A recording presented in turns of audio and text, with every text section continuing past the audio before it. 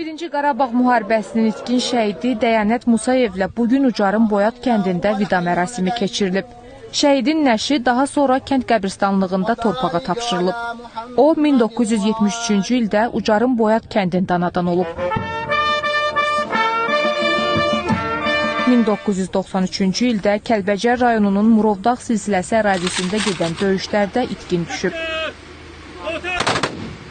Ailənin kiçik qardaşı olub. 1994-cü ildə müharibəyə qatılıb. Həmin ilin fevral ayında Kəlbəcər rayonuna gedən döyüşlərdə Murovdağda itkin düşüb həlak olmuşdu. 32 ildən çoxdur ki, gözümüz yoldaydı. İndi gözümüz də yoldan yerdən yığışdı. Ziyarət eləməyə gəlib ziyarətini eləyəcək. Allah Teala bütün şəhidlərə rəhmət eləsin, qazilərə can sağlığı versin. Allah Teala ordumuzu qorusun, dövlətimizi qorusun, vətən sağ olsun. Əmsi oğluyam. Uşaqlığımız bir keçib. Allah bütün şəhidlərimizə rəhmət eləsin. Bugün bizim də bu işdə rol olanların hər birinə öz minnətdarlığımı bildirirəm. Elimizdən, obamızdan Allah razı olsun. Şəhid Rauf Əhmədovun nəşinin qalıqları isə Goranboy rayonunun Sarov kəndində torpağa tapşırılıb. O, 1-ci Qarabağ müharibəsi başlayandan sonra könüllü olaraq orduya yazılıb. Murov, Kəlbəcər, Ağdam və Ağdərə istiqamətlərində döyüşüb. 1993-cü ildə Ağdərə istiqamətində döyüşlərdə itkin düşüb.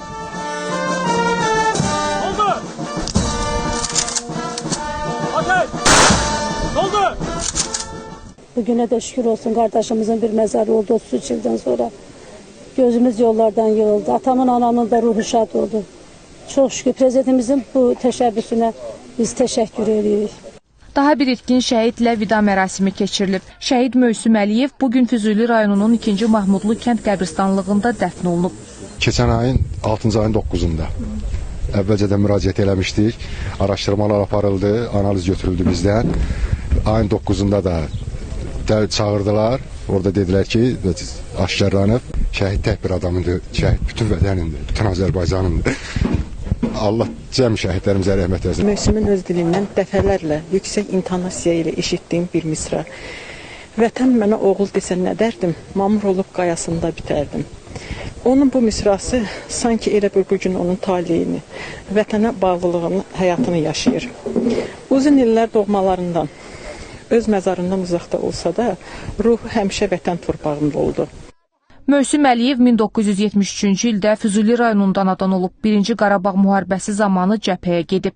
1994-cü il Füzuli rayonunun Aşağı Əbdürrəhmanlı kəndi istiqamətində gedən döyüşlərdə itkin düşüb. Devran Cəliloğlu, Elgün Qəmbərov, Əntiqə Fərəcova, ASTV Xəbər.